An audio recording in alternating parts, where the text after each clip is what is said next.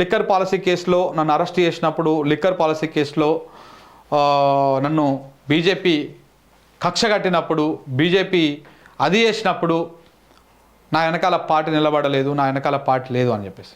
That's wrong completely. వాస్తవానికి కూడా ఒక జర్నలిస్ట్గా నేను అన్నీ చూస్తూ ఉంటాను కాబట్టి మనకు కనపడతా ఉంటుంది. ఆమె అరెస్ట్ అయినప్పుడు కానీ, ఆమె లోపల ఉన్నప్పుడు కానీ బీఆర్ఎస్ పార్టీ బలంగానే డిఫెండ్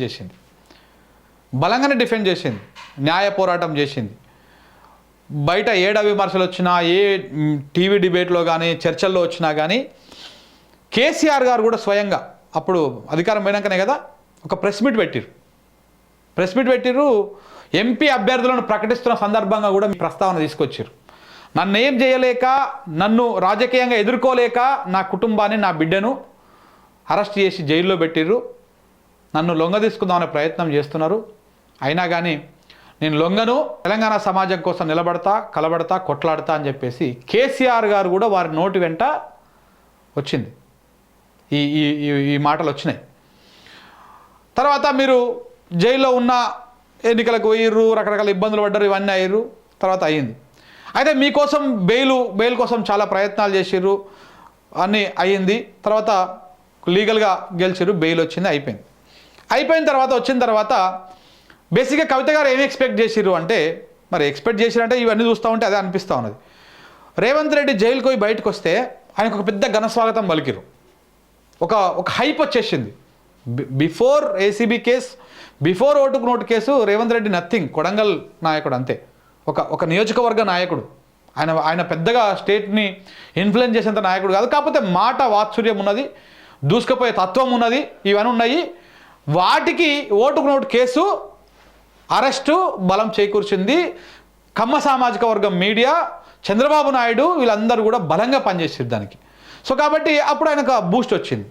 అయితే సేమ్ రేవంత్ రెడ్డి గారికి ఏ రకంగా అయితే హైప్ వచ్చిందో ఆ హైప్ను కవిత గారు ఎక్స్పెక్ట్ చేసినట్టు చాలా స్పష్టంగా అర్థమైంది. జైలు నుంచి విడుదలైనప్పుడు శంషాబాదు ఎయిర్పోర్ట్లో కూడా భారీ ఎత్తున ర్యాలీలు చేయాలి, పెద్దగా చేయాలనుకున్నప్పుడు బీఆర్ఎస్ పార్టీ ఆ అవకాశం ఇవ్వలేదు, కేసీఆర్ గారే అవకాశం ఇవ్వలేదు. అవసరం లేదు, సైలెంట్గా వచ్చేసి ఇంటికి వచ్చేయమని చెప్పేసిరంట. అసలు ఎక్కడ కూడా ర్యాలీలు చేయాలి, లేకపోతే మాట్లాడాలి, ఇవన్నీ ఏవి కూడా చెప్పలేదంట. కానీ అయినా కానీ కవిత గారు కొంత మొండి, ఆమె చెప్పుకుంది నేను జగమొండిని అని చెప్పేసి. కొంత మొండి కేసీఆర్ గారు చెప్పినా కానీ అప్పుడప్పుడు ఆమె అయినటువంటి పరిస్థితిలో ఉండరు. కాబట్టి ఆమె వద్దని చెప్పినా కానీ అక్కడ మాట్లాడేసి ఒక్కరిని కూడా వదిలిపెట్టము, తప్పకుండా సమాధానం చెప్తాము అని చెప్పేసి జైలు నుంచి వస్తూ మాట్లాడారు. వచ్చిన తర్వాత ఇంటికి వచ్చినాక తర్వాత కేసీఆర్ గారు కలిసిరు, రకరకాలుగా అయిపోయినాయి. అయితే దాని తర్వాత కూడా పార్టీలో ఇంపార్టెన్స్ పెరుగుతుంది కావచ్చు. కొంత కింది స్థాయి క్యాడర్ కూడా బాగా ఆలోచించింది ఆ టైంలో. కవితకు కొంత కీలక రోల్ ఇస్తారు, కవితకు కీ పొజిషన్ ఇస్తారు, కవితకు అది చేస్తారు, ఆమెను ముందు పెట్టి నడిపిస్తారు అని చెప్పేసి కూడా కొంత చర్చ నడిచింది. ఇది వాస్తవం. కానీ కేసీఆర్ గారి ఆలోచన, కేసీఆర్ గారి విధానము, కేసీఆర్ గారి రాజకీయాలు అంత డిఫరెంట్గా ఉంటాయి. చంద్రబాబు నాయుడు గారి రాజకీయాలకు, కేసీఆర్ గారి రాజకీయాలకు చాలా వ్యత్యాసం ఉంటుంది.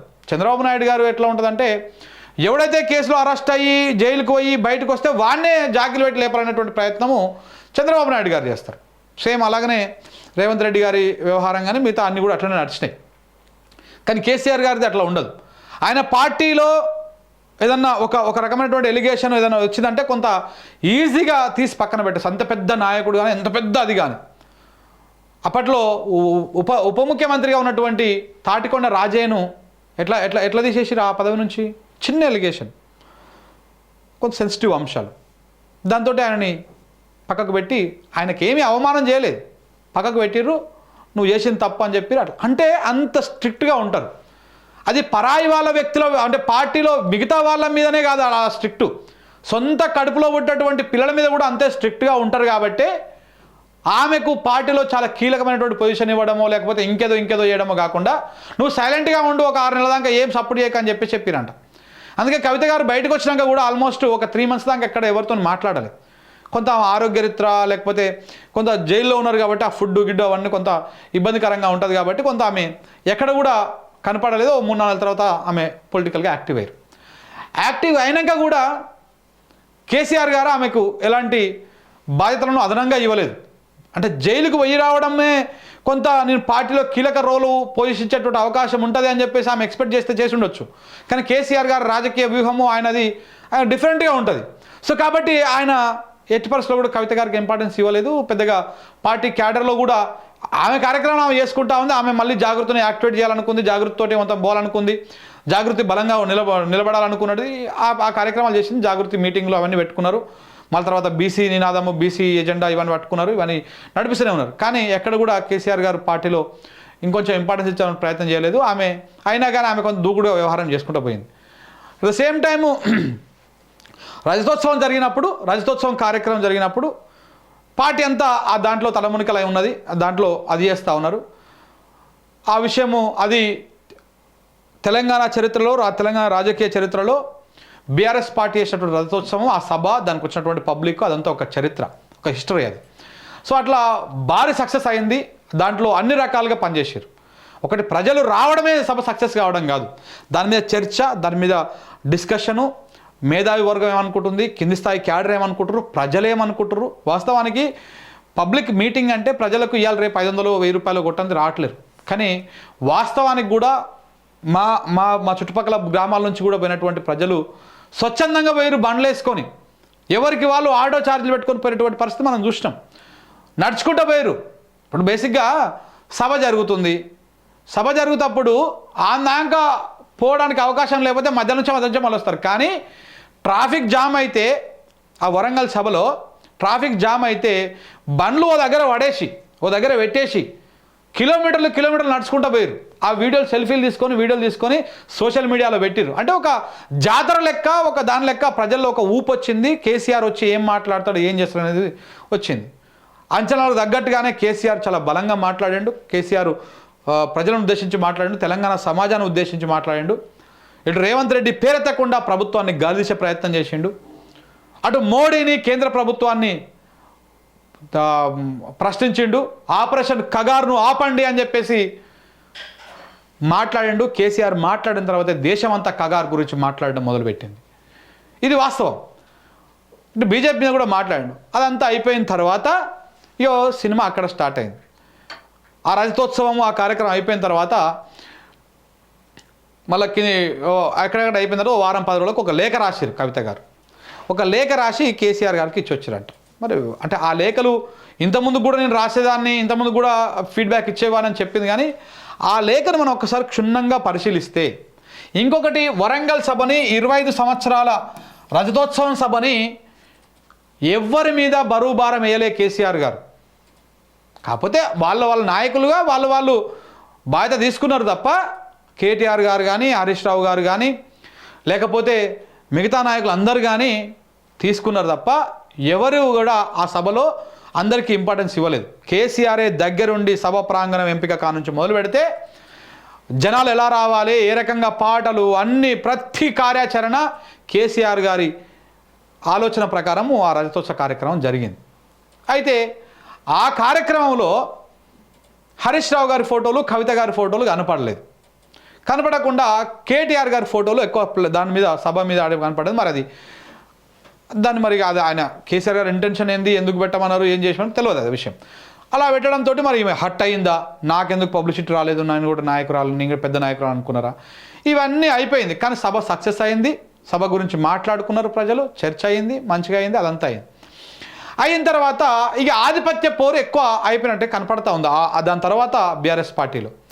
కానీ ఆ సభని A to Z పర్యవేక్షణ చేసింది, దాన్ని చూసింది కేసీఆర్ గారు అనేది చాలా క్లియర్గా అర్థమవుతా ఉంది.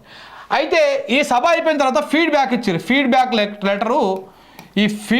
లెటరు ఇచ్చి ఏమని ఇచ్చారు, అందులో ఒక్కసారి మనం ఆ లెటర్ కనుక చూస్తే దొరుకుతుందా లెటర్ కనుక చూస్తే అందులో నెగిటివ్ ఏమో 10 అంశాలు రాసిర్రు, పాజిటివ్ ఏమో 3-4 అంశాలు రాసిర్రు. అంటే ఎప్పుడే కానీ ఒకరి మంచి గురించి చెప్పాలన్నా, ఒకరి దాని గురించి చెప్పాలన్నా సరే తప్పు ఒప్పులను చెప్తూనే ఇంకొంచెం సరి చేసుకోని చెప్పాలి, లేకపోతే డైరెక్ట్గా చెప్పాలి. కానీ అక్కడ ఆ లెటరు మొత్తం వ్యవహారం కనుక చూస్తే మొత్తం నెగిటివ్ చెప్పిర్రు. అంటే అందులో రాసినటువంటి ప్రతి లైను అది కేసీఆర్ గారికే వర్తిస్తుంది. ఎందుకంటే ఆ సభను దగ్గరుండి మొత్తం వ్యవహారం అంతా నడిపించింది, చూసుకున్నది ఆయననే. కాబట్టి కేసీఆర్ గారిని విమర్శించినట్టుగానే ఉంటుంది ఆ లేఖ కూడా. ఆ లేఖలో కొన్ని కీలక అంశాలు ప్రస్తావించారు. బీజేపీ మీద ఇంకా మీరు ఎక్కువ మాట్లాడాల్సి ఉండే, బీజేపీ మీద మీరు ఎక్కువ కొట్లాడాల్సి ఉండే, ఇంకా ఎక్కువసేపు టైం వెచ్చిస్తారు. మీరు సభ మీద మీ స్టేజ్ మీదకి వచ్చినాక తెలంగాణ ఉద్యమకారులతోని లేకపోతే కొంత పార్టీలో మొదటి నుంచి ఉన్నటువంటి వాళ్ళతో మాట్లాడించాల్సి ఉండే, రకరకాల అంశాలను అందులో పొందుపరిచారు. అంటే కేసీఆర్ గారు ఏం చేయాలనో మీరు ఇట్లా చేస్తే బాగుంటుండే అని చెప్పేసి మేము ఫీడ్బ్యాక్ ఇచ్చారు. మరి అది ఆయన చదివిర్రా చదవలేదా, లేకపోతే ఈయంగానే శతకుప్పల పడేసిర్రా, అది ఏం చేసిరా తెలియదు. అది ఆమె లేఖ ఇచ్చింది తెలియదు, ఆ లేఖ మీద అయ్యింది తెలియదు, ఏం తెలియదు. అయిపోయిన తర్వాత ఆ లేఖ అయిపోయిన తర్వాత కవిత గారు ఏదో అమెరికా పర్యటనకు పోయారు. అమెరికా పర్యటనకు పోయి అమెరికాలో అయిపోయి ఆమె అమెరికా నుంచి హైదరాబాద్కి రావడం కోసం ఒక ఫ్లైట్ ఎక్కే కార్యక్రమం, అక్కడ ఫ్లైట్ ఎక్కే టైం కంటే జర 1 గంట 2 గంటల ముందుగానే, ఎగ్జాక్ట్ ఆ టైంకి అటు ఇటుగా 1 గంట 2 గంటల ముందుగానే కాంగ్రెస్ ఛానల్ అయినటువంటి ఫస్ట్ బ్రేక్ చేసింది. కాంగ్రెస్ ఛానల్ అయినటువంటి బిగ్ టీవీ కవిత గారి లెటర్ని లీక్ చేస్తుంది. కవిత లేఖ రాసింది లీక్ చేస్తుంది, వార్తలు పెద్దగా వచ్చేస్తాయి. బేసిక్గా చాలామంది చూసే ఈ బిగ్ గౌడ్ పెద్ద ఫేక్ గాడు, ఎప్పుడో ఏదో ఫేక్ వేస్తూ ఉంటాడు అని చెప్పేసి అనుకున్నాం చాలామంది. అది ఫేక్ కాదు, నిజం అని చెప్పేసి మిగతా ఛానల్ అన్నిట్లలో వచ్చేసింది, అన్ని ఛానళ్ళల్లో వచ్చేసింది మెల్లగా. అయితే ఈ లేఖ అంశం దీనికంటే ముందు TV9 దగ్గరికి పోయింది. బిగ్ టీవీ కంటే ముందు TV9 దగ్గరికి చేరింది. ఇది వాస్తవం, మీడియాలో ఉన్నా కాబట్టి నాకు తెలుసు ఈ అక్యురేట్ సమాచారం. ఫస్ట్ TV9 దగ్గరికి వెళ్ళింది, TV9లో ఈ వార్త వేయండి అని చెప్పేసి. కానీ TV9 వేయలే. ఎందుకు వేయలే అంటే ఆ లేఖ విషయంలో క్లారిటీ లేదు, ఏం లేదు, కొంత ఇది ఏదో పెద్ద కాంట్రవర్సీకి దారి చేసేటువంటి అవకాశం ఉందని చెప్పేసి TV9 వాళ్ళు దాన్ని టచ్ చేయలేదు, దాన్ని పక్కన పెట్టారు. దాన్ని కాంగ్రెస్ ఛానల్ కాబట్టి బిగ్ టీవీ డైరెక్ట్గా వేసి పడేసింది, అది అయిపోయింది. దీని మీద చర్చ నడుస్తూ ఉన్నది. బీఆర్ఎస్ పార్టీ, బీఆర్ఎస్ కార్యకర్తలు కానీ పార్టీ కానీ ఎవ్వరు కూడా ఆ లేఖ పట్ల స్పందించలేదు, కనీసం మాట్లాడలేదు. కానీ వాస్తవానికి ఆమె లేఖ రాసినట్టు లోపల కొంతమంది తెలుస్తుంటుంది అప్పటికి, ఎందుకంటే పార్టీలో ముఖ్యులకు. ఆ లేఖ మీద ఆమె అమెరికాలో ఫ్లైట్ ఎక్కి ఇండియాకి వచ్చిందాక, హైదరాబాద్లో దిగిందాక ఆ లేఖ మీద చర్చ నడిచింది. అంటే దాదాపు ఒక 12 ఒక రోజంతా చర్చ నడిచింది అనుకో రాదురి, ఓ రోజంతా చర్చ నడిచింది. తెల్లారి రోజు సాయంత్రం 4 గంటలకు ఏమో శంషాబాద్ ఎయిర్పోర్ట్లో కవిత గారు దిగి ఆ లేఖ మీద ఆమె మీడియాతో మాట్లాడారు. కేసీఆర్ చుట్టూ దయ్యాలు ఉన్నాయి, బేసిక్గా ఆమె రాసిన లేఖలోనే బీజేపీలో బీఆర్ఎస్లో విలీనం చేస్తామనే ప్రస్తావన తెచ్చిర్రు, నేను జైల్లో ఉన్నప్పుడు తెచ్చిర్రు. ఇవన్నీ అవసరం లేదు బయటికి రావడం, ఇవి ఇంటర్నల్ అంశాలు. ఇవన్నీ వాళ్ళు పెట్టిరా పెట్టలేదా, ఈమెకు తెలిసినా తెలియలేదా పక్కన పెడితే ఇవన్నీ అవసరం లేదు. ఇదంతా కూడా అనవసరమైనటువంటి చర్చ. బట్ ఆమె బయటకు వచ్చినాక ఆ లేఖని ఈజీగా కొట్టి పడేయచ్చు. ఆ లేఖ నాది కాదు అంటే కూడా పెద్ద సమస్య కాదు, బిగ్ టీ వచ్చింది ఫేక్ అని చెప్పేసి ప్రజలు నమ్మేటువంటి వాళ్ళు. కానీ ఆ లేఖని చాలా క్లియర్గా నేనే రాసిన లేఖ అది, కానీ ఆ లేఖట బయటకు వచ్చింది అని చెప్పేసి కొత్త చర్చ తీసింది. ఆ లేఖట్లో బయటకు వచ్చింది కేసీఆర్ చుట్టూ దయ్యాలు ఉన్నాయి, కేసీఆర్ దేవుడే, కేసీఆర్ చుట్టూ దయ్యాలు ఉన్నాయి. ఇక మళ్ళా కేసీఆర్ చుట్టూ దయ్యాలు ఉన్నాయి, ఆ దయ్యాలు ఎవరు, ఏంది కథ అని చెప్పేసి మళ్ళా మీడియాలో చర్చ.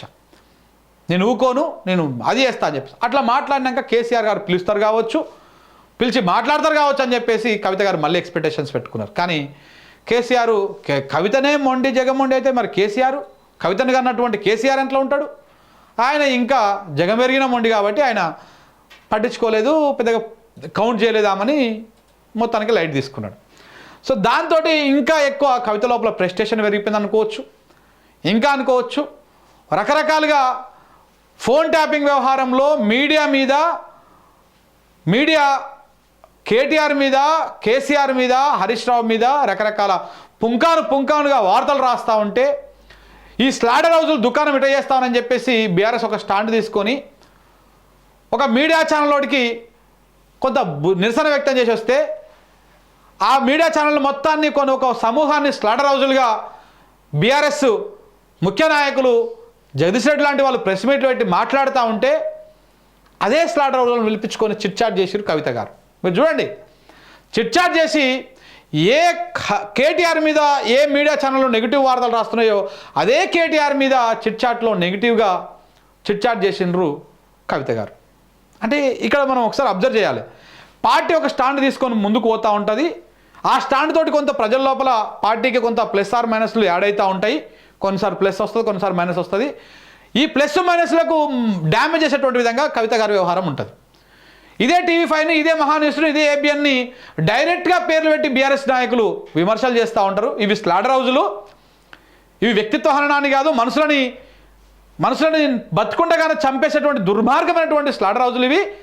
వీటిని ప్రజలు గమనించాలి, తెలంగాణ సమాజం గమనించాలని వీళ్ళు మాట్లాడుతూ ఉంటే, అదే స్లాడర్ హౌజ్లో అయినటువంటి ఒక టీవీ5ని కూర్చోబెట్టుకొని, ఇంట్లో కూర్చోబెట్టుకొని డైరెక్ట్గా ఇంటర్వ్యూనే ఇచ్చేస్తారు కవిత గారు.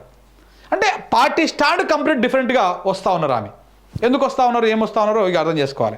ఇదంతా అయిపోయిన తర్వాత ఇలా ముందుకు పోతూ ఉన్నారు. దీని తర్వాత ఈ స్లాడర్ హౌజ్లు వీటి గురించి అయితే ఈ చర్చ, ఈ స్లాడర్ హౌజ్ల మీద జగదీష్ రెడ్డి గారు మాట్లాడారు కాబట్టి ఆయనని 4 ఛానళ్ళు ఇంటర్వ్యూలు చేస్తూ ఉన్నాయి, అక్కడిక్కడ మాట్లాడుతూ ఉన్నారు, చేస్తూ ఉంటే జగదీష్ రెడ్డి గారిని 10 టీవీలో కళ్యాణ్ అన్న ఉంటాడు, సీనియర్ జర్నలిస్ట్. ఆయన కూడా ఓయూలో చదువుకున్నటువంటి ఉద్యమకారుడు. ఆయన ఇంటర్వ్యూ చేస్తూ ఉంటే కవిత గారి అంశాన్ని ఆయన ప్రస్తావించారు. ఒక జర్నలిస్టు ఏ ప్రశ్న ఆయన అడగొచ్చు, దాన్ని వాళ్ళు సమాధానం చెప్పొచ్చు, చెప్పకుండా ఇగ్నోర్ చేయొచ్చు. సో దానికి జగదీష్ రెడ్డి గారు ఏం సమాధానం చెప్పారు ఆయన అడిగిన ప్రశ్నకి? కవిత గారి టాపిక్ కళ్యాణ్ అడిగినప్పుడు, కళ్యాణ్ నువ్వు అడిగినటువంటి ఈ నిమిషం ప్రశ్నలో ఈ నిమిషం కూడా సమయం వేస్ట్, దీని గురించి చర్చించుకోవడమే వేస్ట్, ఆమెను పెద్దగా మనం పట్టించుకోవాల్సినటువంటి అవసరం లేదు, అది మా పార్టీలో ఇంటర్నల్గా ఉన్నటువంటి పంచాయతీ, పెద్దగా మేము సెట్ చేసుకుంటాం అనేటువంటి విధంగా ఆయన కొట్టిపడేసింది. అక్కడ కవిత గారు నొచ్చుకున్నట్టుగా అనిపించింది. దాని తర్వాత అది అయిపోయింది. దాని తర్వాత ఇంకొక 2-3 ఛానల్లో కూడా పెద్దగా కవిత గారి ఇష్యూ వచ్చినప్పుడు దాన్ని పక్కన అవసరం లేదు, చర్చ అవసరం లేదు అన్నట్టుగా మాట్లాడారు. ఇది ఆ అంశాన్ని. అలాగనే కవిత గారి మీద జర్నలిస్ట్ వైఎన్ఆర్ ఛానల్లో పటోళ్ళ కార్తిక్ రెడ్డి గారు కూడా కొంత ఇండైరెక్ట్గా ఆయన కవిత గారి మీద కొన్ని వ్యాఖ్యలు చేస్తారు. ఎందుకో రేవంత్ రెడ్డి గారికి అనుకూలంగా ఉన్నాయి ఆమె వ్యాఖ్యలు అనేటువంటి మాటని మాట్లాడతారు.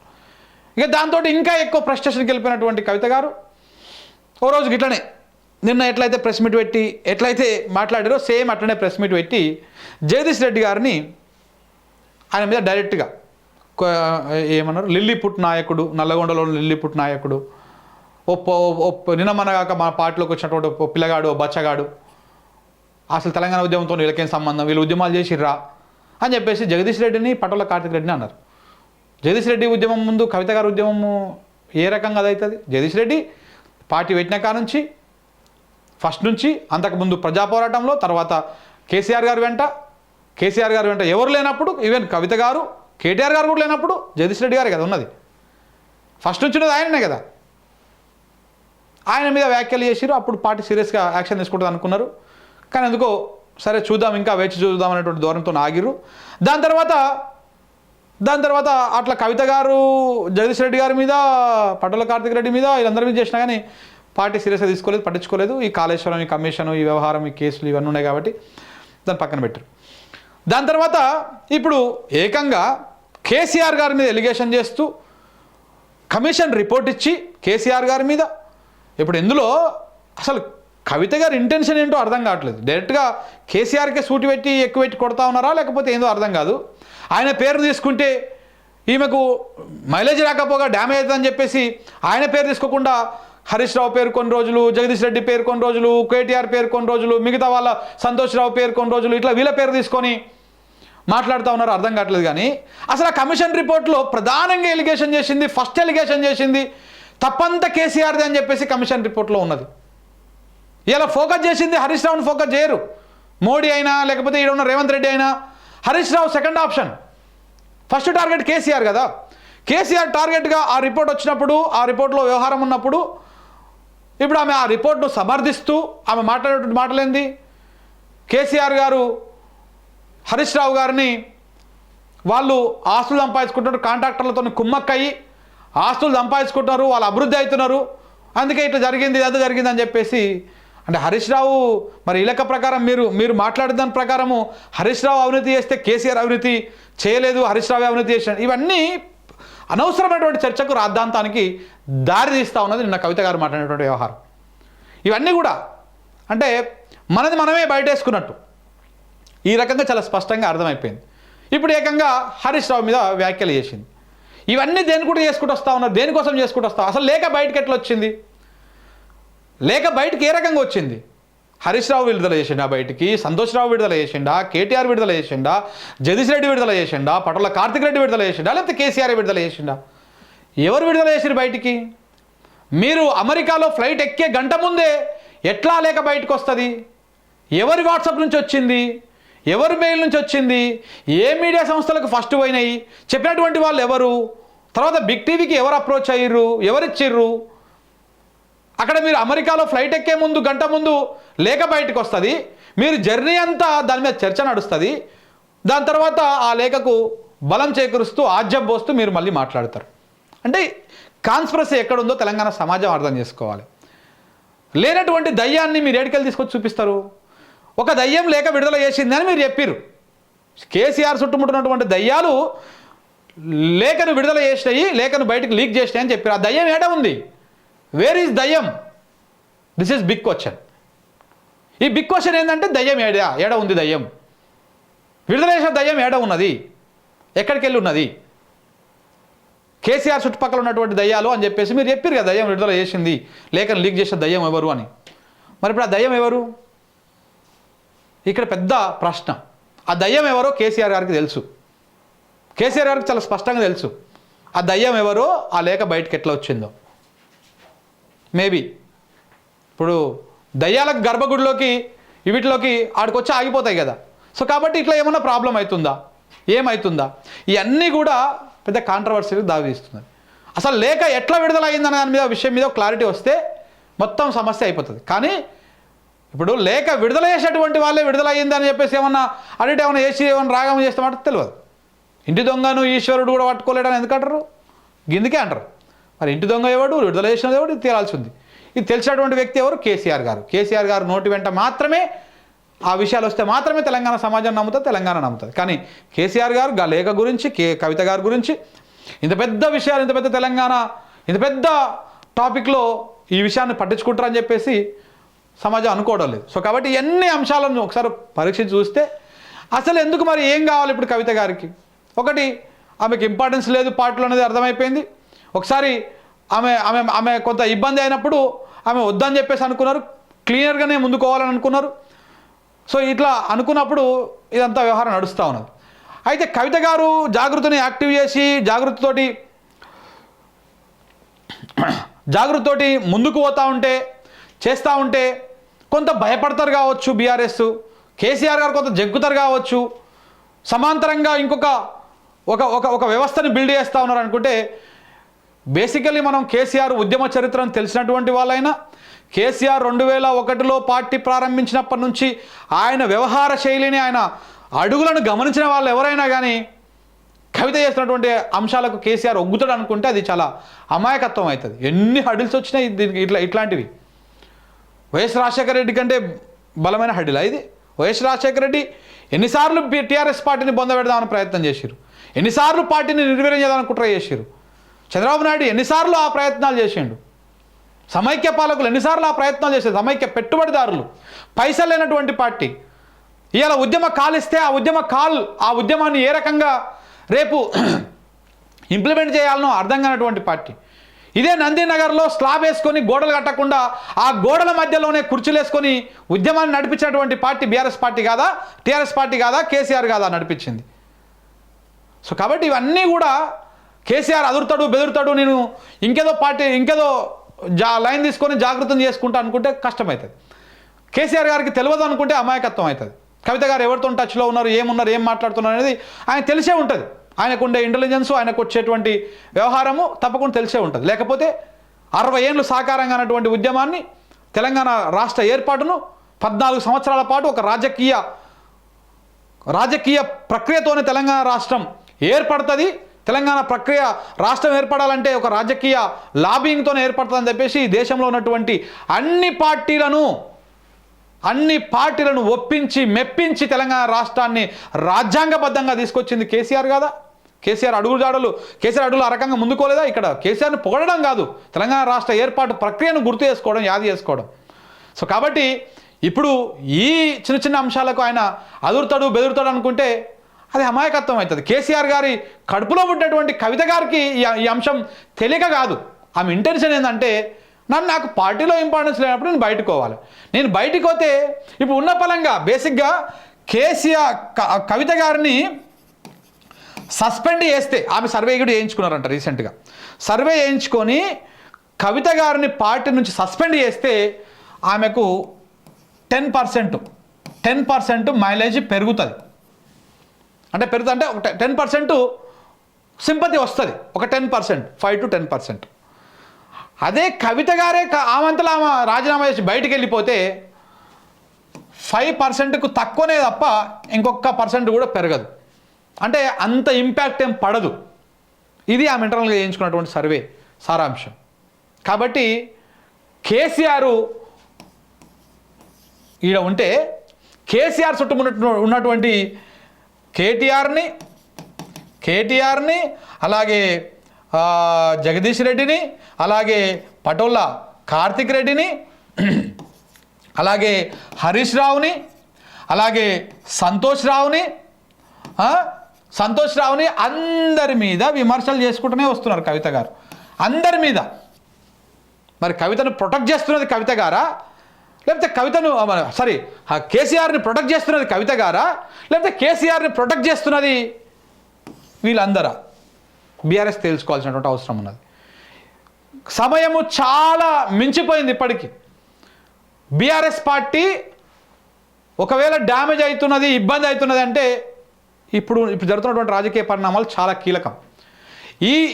ఈ క్లిష్టమైనటువంటి పరిస్థితుల నుంచి పార్టీ కనుక బయటపడకపోతే చాలా కష్టం. ఒకటి మాత్రం గుర్తుపెట్టుకోవాలి, రాజకీయ శత్రువైనా మన సొంత శత్రువైనా కనపడేటువంటి శత్రువుతోటి మన ఎదురుగా ఉన్నటువంటి మన శత్రువుగా ఫీల్ అవుతుందో యుద్ధం పెద్ద ఇబ్బంది కాదు.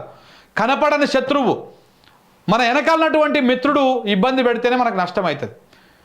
కవిత ఇంకా మరి కనపడని శత్రువా, కనపడే శత్రువా, పార్టీకి బలం చేస్తున్నారా, నష్టం చేస్తున్నారా, ఆమె ఆత్మవిమర్శ చేసుకోవాలి. At the same time BRS party కూడా అగ్రనాయకత్వం కూడా ఒక క్లారిటీకి రాకపోతే మాత్రం ఇది వాళ్ళ పార్టీని వాళ్ళు మొత్తం బొందబెట్టుకున్నట్టు అవుతుంది. క్లియర్గా బీఆర్ఎస్ పార్టీ అధికారంలో ఉన్నప్పుడు ఏం బలంగా ఉందో, ఏం బలంగా లేదో, అధికార మోజులో అధికారం అనేటువంటి దాంట్లో అది కనపడలే. గ్రామ స్థాయిలో పార్టీ బలంగా ఉందా లేదా అనేది, ఎందుకంటే ప్రభుత్వంలో ఉన్నారు కాబట్టి, అడ్మినిస్ట్రేషన్లో ఉన్నారు కాబట్టి అది అంత ఈజీగా క్యాచ్ చేయలేకపోయారు 10 సంవత్సరాల పాటు. కానీ ప్రతిపక్షంలోకి వచ్చిన ఈ 2 సంవత్సరాలలో ప్రతి గ్రామంలో బీఆర్ఎస్ పార్టీ బలంగా తయారైంది. అది దానికి కారణము బీఆర్ఎస్ చేస్తున్నటువంటి పోరాటము, ఆ పార్టీని నడిపిస్తున్నటువంటి నాయకుల ఆరాటము, అలా కృషి, అలా కష్టము ఉన్నది. సో కాబట్టి ఈ టైంలో బీఆర్ఎస్ పార్టీ కనుక తేరుకోకపోతే, కవిత గారి అంశంలో ఏదో ఒకటి క్లారిటీ ఇవ్వకపోతే అయితే సద్దు మనగించుకొని కూర్చోబెట్టి మాట్లాడేసి క్లోజ్ చేసుకోవడమా, లేకపోతే ఆమెను ఎక్స్పెల్ చేసి పడేయడమా, ఏదో ఒకటి చేయకపోతే బీఆర్ఎస్ పార్టీకే డ్యామేజ్ అయ్యేటువంటి అంశం ఉన్నది. నేను ముందే మొన్న కూడా ఎప్పుడు బీఆర్ఎస్ పార్టీ స్లాటర్ హౌస్లు అని చెప్పేసి ఒక నినాదాన్ని తీసుకున్నది మీడియా. దాంతో ఫైట్ చెయ్యాలి. ఏం చేయాలి? పులి మీద సవారి లాంటిది అది. పులి మీద సవారి అంటే ఎట్లా ఉండాలి? పులి మీద సవారి చేసినప్పుడు దానికి ఏమాత్రం అవకాశం ఇవ్వకుండా పులి అలసిపోయేదాకా ఉరికి పరిగెత్తి నురగలు కక్కి అలసిపోయి ఇక నా వల్ల కాదు, నేను పోతున్నా, నీకు లొంగిపోతున్నా అని చెప్పేదాకా సవారి చేయాలి. లేదు బెదిరియో అదిరో జాలి పుట్టో దిగినవా పులి మీద నుంచి కిందికి, అది నిన్ను సంపి పడేస్తుంది. సేమ్ స్లాటర్ హౌస్ల మీద పోరాటం చేసినటువంటి బీఆర్ఎస్ పార్టీ పరిస్థితి కూడా అంతే. మీరు చాలా తక్కువ అంచనా వేస్తున్నారు బీఆర్ఎస్ పార్టీ. ఎవరిని? ఈ స్లాటర్ హౌస్లని. ఇలా కవిత గారు ఒక వెపన్ లెక్క మారబోతా ఉన్నారు వాళ్ళకు. ఆంధ్రజ్యోతి పత్రిక నడన తెలంగాణ సమస్యల గురించి, తెలంగాణ ప్రజల గోస గురించి, మనకు జరుగుతున్నటువంటి నీళ్ళ అన్యాయం గురించి గింత పెద్ద ఆర్టికల్ రాయంగా చూసిరా. కానీ కవిత గారి వ్యాఖ్యలకు ఆమె ఆ పేపర్ ఎంత పెద్ద స్పేస్ ఇచ్చింది.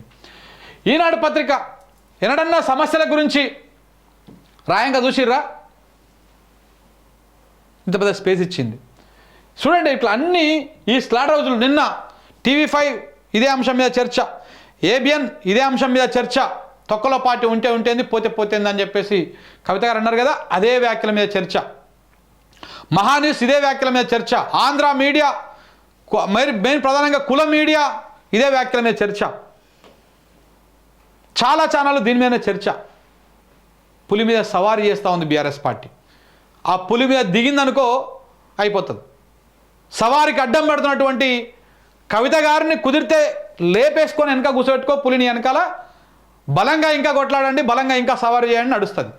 లేదు అనుకుంటే అడ్డంగా ఉన్నటువంటి వారిని తొలగించుకొని ఆ సవారిని అలాగనే కొనసాగించు, నడుస్తుంది.